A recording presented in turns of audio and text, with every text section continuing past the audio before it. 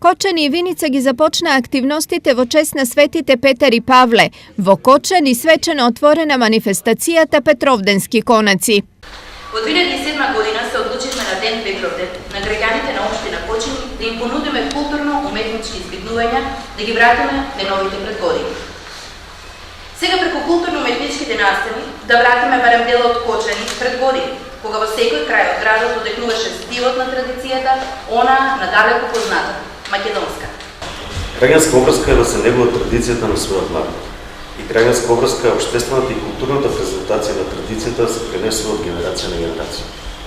Причината и последицата е ова манифестација и таа постојала со години поради тоа. Отворањето на манифестацијата беше повод и за објавување на имињата на добитниците на најголемата општинска награда на Кочани. Комисијата при расправата донесе одлука наградата за животно дело едногласно му е доделена на Иван Иванов, додека наградата на општина Кочани за значени остварувања за развојот на општина Кочани ја добива Танас Делов. Петровденските конаци започнаа со концерт и промоција на собрани македонски народни умотворби од страна на Петар Чачаров. Навистина успеал да ги собере сите дела кои што биле објавени од страна на Чачаров во повеќе бугарски списанија и еве денеска да направиме промоција на македонски народни умотворби кои што се собирани во Штипско и други краи од Република Македонија и пошироко, односно и од Пиринскиот дел на Македонија. Голема прослава за патронот на градот Свети Павле приредува и општина Виница.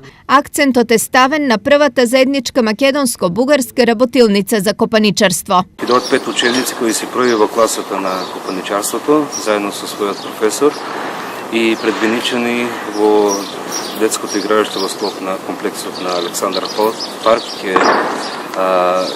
имаат своја работилница, значи ќе создаваат своји дела кои граѓаните на општина Виница ќе можат слободно да го пратат процесот на изработка на едно копаничарско дело.